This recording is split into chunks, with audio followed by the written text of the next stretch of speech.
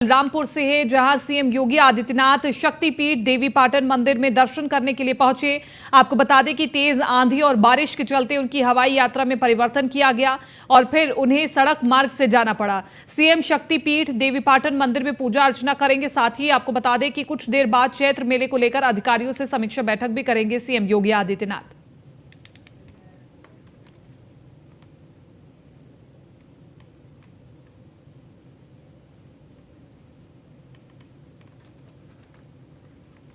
उत्तर प्रदेश के मुख्यमंत्री Yogi Adityanath Akhil Bharatiya police athletics cluster championship 2022 से 23 समारोह में शामिल हुए।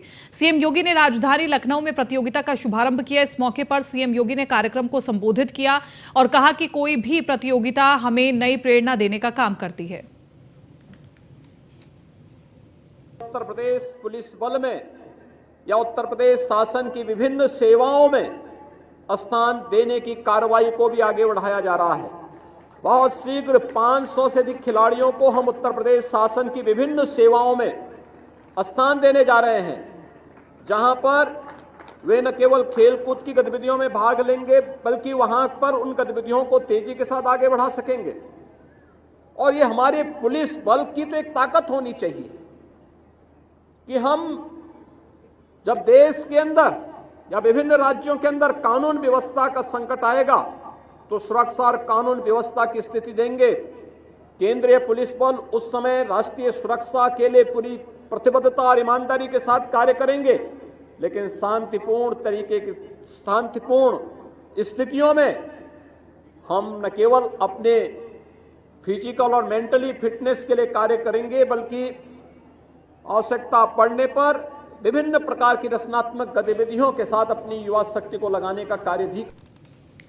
न्यूज वन इंडिया ने ऊर्जा एवं नगर विकास मंत्री ए के शर्मा से खास बातचीत की। इस दौरान ए के शर्मा ने कहा कि प्रदेश के सभी जगहों पर बिजली व्यवस्था सामान्य हो चुकी है और क्या कुछ उन्होंने कहा, आपको सुनवाते हैं।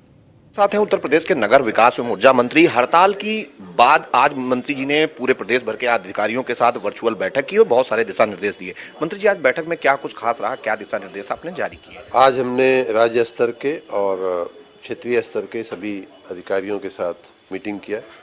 विशेष रूप से हड़ताल की परिस्थिति के बाद और वर्तमान में जो उसी दरमियान खराब मौसम की भी मार हम लोगों को झेलनी पड़ी है, तो उसके दृष्टिगत जो भी समस्याएं आई थीं, जो भी बाधाएं आई थीं विद्युत आपूर्ति में, उनको दूर करने के लिए हमने जो सूचनाएं दिया था उस पर क्या कार्रवाई हुई, कितनी कार्रवाई हुई, किस हद तक हमने विद्युत आपूर्ति को सामान्य किया है, उसकी समीक्षा विशेष रूप से करने के लिए आज हमने बुलाया था।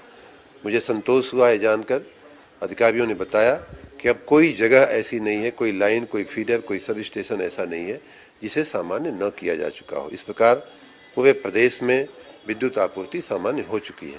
इतना ही नहीं, उन्होंने ये भी कहा कि हड़ताल के कारण जो परिस्थितियां खड़ी हुई थी उसका निराकरण तो लगभग 12-14 घंटे में ही उसी रात तक, मध्य रात तक कर दिया गया था। लेकिन चूंकि बरसात चल रही थी, कई जगहों पर बहुत भारी बरसात भी हुई है, इससे कहीं कहीं कुछ कामों में विलम्ब हुआ, लेकिन वो सब भी कल से ही ठीक हो चुका है। और आज उन्होंने पुनः मुझे आश्वस्त किया है कि अब वर्तमान में कहीं कोई गड़बड़ी नहीं है। मंत्री जी, गर्मी आ रही है, मौसम भी बदल रहा है, तो गर्मियों में चूंकि मांग बढ़ेगी तो उसको लेकर व्यवस्थाएं कर ली गई हैं, क्योंकि पिछली बार इसकी बहुत सारी शिकायतें भी थी। गर्मी के मद्देनजर हमारे बिजनेस प्लान आज की समीक्षा में वो भी उसका भाग था।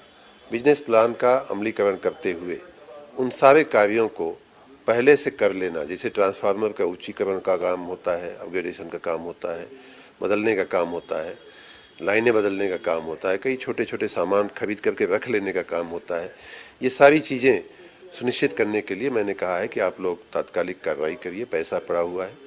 उसी प्रकार जो हमारी लॉन्ग टर्म योजनाएं हैं, RDSS की योजना है या नगर निकायों के लिए हमने विशेष पैसा दिया है नगर विकास विभाग से बिजली विभाग को, ये सारे कार्य तात्कालिक शुरू हो जाए, युद्ध स्तर पर शुरू हो जाए।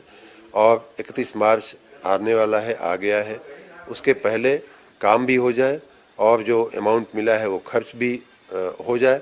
और विशेष रूप से नगर निकायों में, क्योंकि चूँकि नगर निकायों के चुनाव आने वाले हैं, इसलिए कहीं चुनाव के कारण कोई बाधा न पहुँचे हमारे कार्यों को शुरू होने में, इसलिए जल्दी से कार्यों को शुरू करने के लिए मैंने सूचना दिया है। सबने हमें आश्वस्त किया है कि गर्मी के मद्देनज़र भी और जो हमारी लॉन्ग टर्म प्लानिंग है उसके कार्यों को भी हम लोग युद्ध स्तर पर शुरू करेंगे। योगी सरकार अपना 1 साल पूरा कर रही है, आपके पास 2 महत्वपूर्ण विभाग हैं सर, इसको किस तरीके से सबसे बड़ी उपलब्धि के रूप में देख रहे हैं इस 1 साल को, क्योंकि लक्ष्य भी तय किए गए थे? मैं अपनी पूरी टीम को इस 1 साल के कार्य के लिए बधाई देता हूँ। धन्यवाद। ये हैं उत्तर प्रदेश के नगर विकास एवं ऊर्जा मंत्री ए.के. शर्मा, जो बता रहे हैं कि हम लगातार काम कर रहे हैं, हमारी कोशिश है बेहतर ढंग से चीज़ों को क्रियान्वित करने की। जहां तक बिजली व्यवस्था का सवाल है, आज भी अधिकारियों के साथ बैठक की गई थी। जो चीज़ें 14-15 घंटे में पूरी कर ली गई थी, उनकी दोबारा समीक्षा आज की गई है। मौसम के अनुसार हमने चीज़ों को बेहतर करने के लिए निर्देश आज भी जारी किए गए हैं। कैमरामैन अमित शाहनी के साथ मैं SK. Vajpayee, news on India, Lucknow. Mafia Atiq की दफ्तर में छापेमारी की गई। पुलिस की मौजूदगी में दफ्तर में खुदाई हुई और इस दौरान हथियार और कैश बरामद किया गया। वहीं धूमनगंज से अतीक के कई करीबी भी गिरफ्तार किए गए हैं। हम तस्वीरें आपको दिखा रहे हैं। आज माफिया अतीक के करीबियों को पकड़ा गया, उनके पास से कैश बरामद हुआ, हथियार भी बरामद हुए। अब ये महत्वपूर्ण कड़ियां साबित हो सकती हैं, कई और खुलासे हो सकते हैं, कई चेहरे बेनकाब हो सकते हैं और कई और गिरफ्तारियां हो सकती हैं।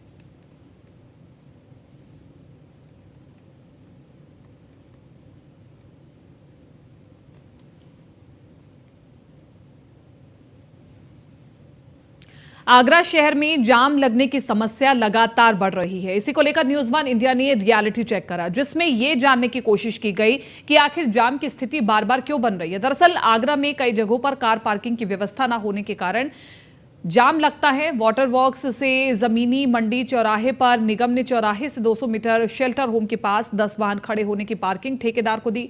200 मीटर की जगह 20 मीटर पर 10 वाहन की जगह 50 से 60 ऑटो खड़े होने के लगे और जिससे जाम की समस्या खड़ी हुई है। नगर निगम के चिन्हित स्थानों पर ऑटो पार्किंग नहीं चल रहे हैं।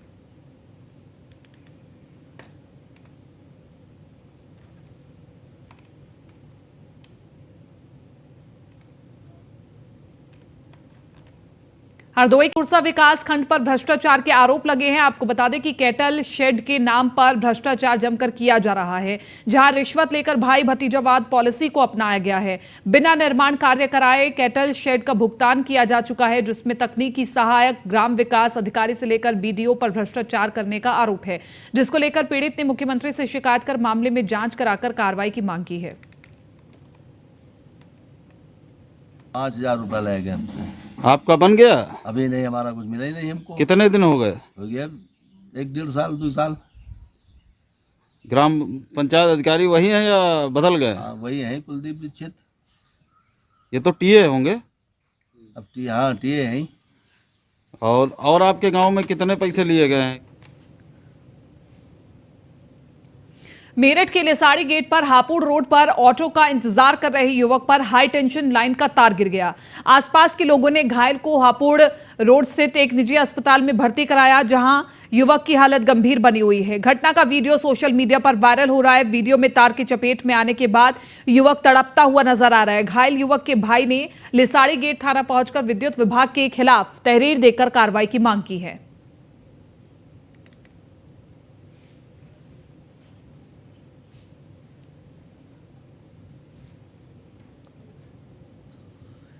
दवाई लेने के लिए आए थे डॉक्टर के यहाँ पर नाले पर तो वहाँ पर जैसे ही ऑटो के लिए रोकने के लिए खड़े थे बाहर रोड पर, तो ऐसे ही ऊपर से 11,000 की लाइन टूट के इनके ऊपर गिर गई। क्या नाम है इनका? मोहम्मद नदीम।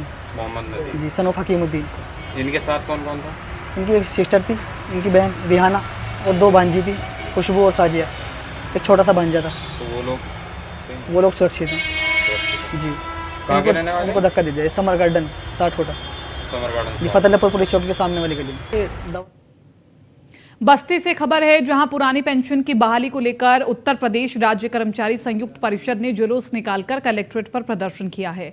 आपको बता दें कि सरकार ने पुरानी पेंशन बहाली को समाप्त किए जाने को लेकर राज्य कर्मचारियों ने एक बार फिर आक्रोश जाहिर किया है, जिसके चलते राज्य कर्मचारी संयुक्त परिषद के नेतृत्व में जिले के सभी विभागों के कर्मचारियों ने शिव हर्ष किसान पीजी कॉलेज से जुलूस निकालकर सरकार को चेतावनी देते हुए सरकार विरोधी नारे लगाए हैं।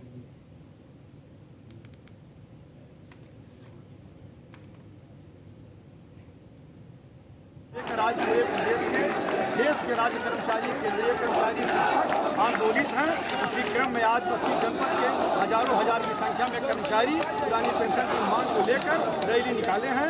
सरकार अगर हमारी पुरानी पेंशन बहाली की मांग को पूरा नहीं करती है, 2023 वर्ष जो हमारा 2023 है यह आंदोलन वर्ष घोषित है। हम सरकार को मांग करते हैं सरकार से कि 2024 के पूर्व पुरानी पेंशन व्यवस्था को बहाल कर दे, अन्यथा पूरे प्रदेश देश का राज्य कर्मचारी, केंद्रीय कर्मचारी, शिक्षक करो मरो की स्थिति में आ गया है। बहाली की मांग को लेकर के आज पूरे देश के कर्मचारी, शिक्षक और केंद्रीय राज्य कर्मचारी मिलकर के सरकार को आगाह करना चाहते हैं कि कर्मचारियों और शिक्षकों की पुरानी पेंशन व्यवस्था को बहाल किया जाए। आज कर्मचारी लखनऊ में मौसम विभाग ने अलर्ट जारी किया है। बिजली कड़कने, तेज हवा और ओलावृष्टि की चेतावनी दी गई है। अनावश्यक रूप से घर से बाहर ना निकलने को लेकर के भी आग्रह किया है।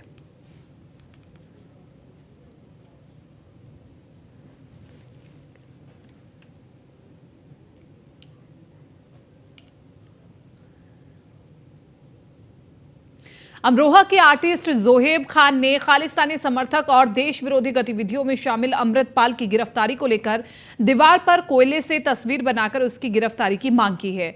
आर्टिस्ट जोहेब खान ने बताया कि वो समय समय पर देश में चल रही गतिविधियों को लेकर तस्वीरें बनाते रहते हैं, लेकिन इस बार उन्होंने देश का माहौल खराब करने वाले आरोपी अमृतपाल की तस्वीर कोयले से बनाकर दी है और गिरफ्तारी की मांग की है, जो काफी क्षेत्र में चर्चा का विषय बनी हुई है।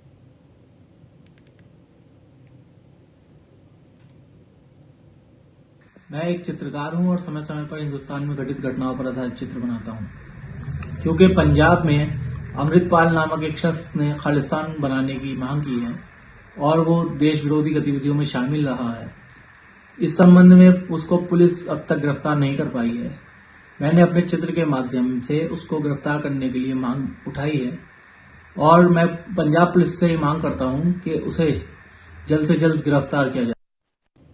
जहां एक तरफ सरकार स्वच्छता अभियान को लेकर लगातार लोगों को जागरूक कर रही है, साथ ही नगर पंचायत में लाखों रुपए खर्च कर कूड़े को इकट्ठा करने के लिए MRF सेंटर भी बना रही है, लेकिन जिले के मुजाफिर खाना नगर पंचायत कर्मियों की लापरवाही के चलते कूड़े का अंबार लगा हुआ है, जिससे स्थानीय लोगों को बीमारियों का खतरा बना हुआ है।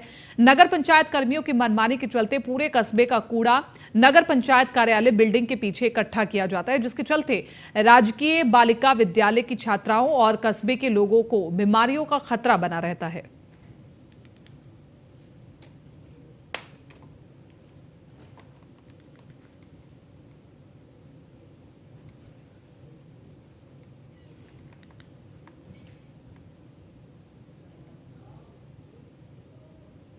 यूपी में मौसम में हुए बदलाव की वजह से किसानों को काफी परेशानी हुई है, नुकसान भी हुआ है। अचानक रात जबरदस्त बेमौसम बारिश हुई, जिससे किसान की गेहूं की फसल पर बुरा असर पड़ा है।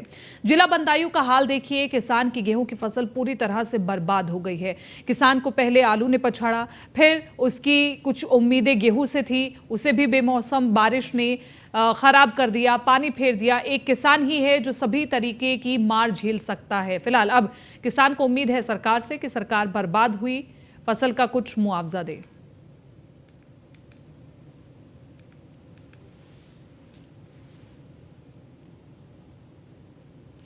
गोंडा में तेज रफ्तार कार पेड़ से टकराई, कार की चपेट में आने से महिला की दर्दनाक मौत हो गई। खेत जाने के लिए महिला निकली थी, कार सवार कई लोग गंभीर रूप से घायल हो गए हैं।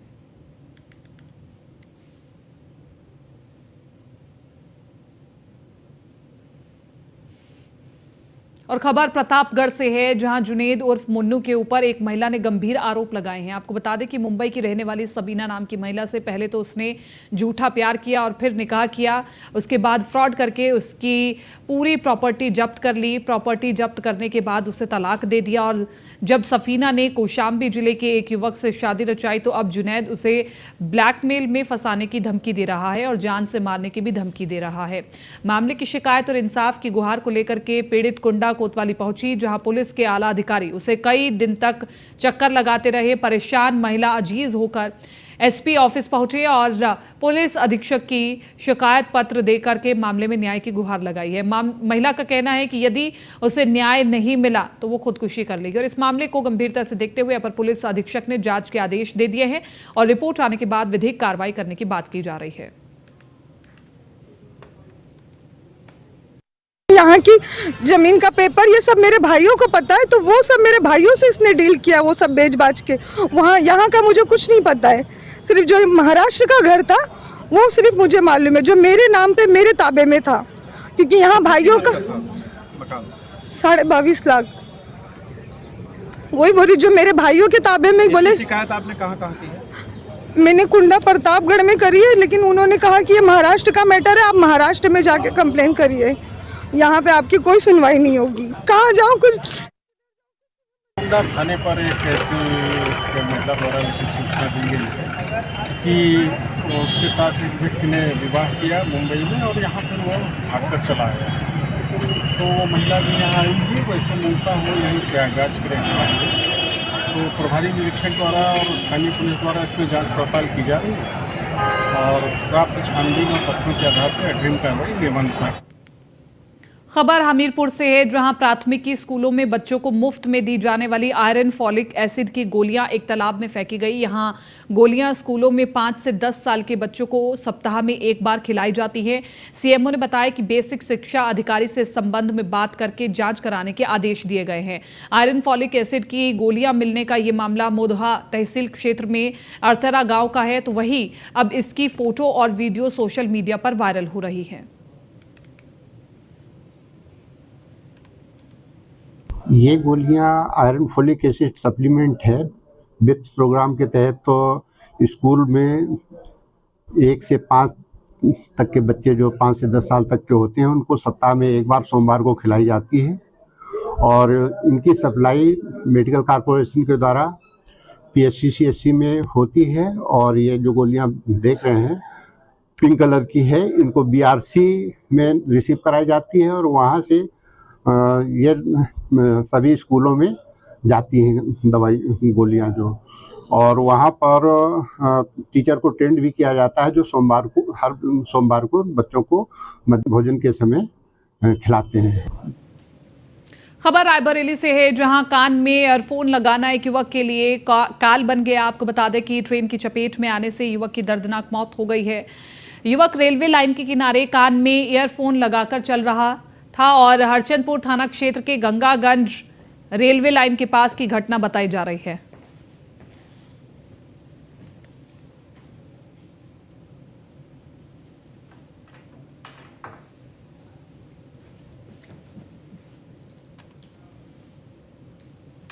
वाराणसी के 80 घाट पर बीजेपी काशी क्षेत्र के अध्यक्ष महेश चंद्र श्रीवास्तव ने स्वच्छता अभियान का शुरुआत की है। आपको बता दें कि 80 घाट पर प्रधानमंत्री नरेंद्र मोदी ने फावड़ा चलाकर अभियान का शुभारंभ किया था। प्रधानमंत्री नरेंद्र मोदी का अनुसरण करते हुए महेश श्रीवास्तव ने भी स्वच्छता महाअभियान की शुरुआत की है।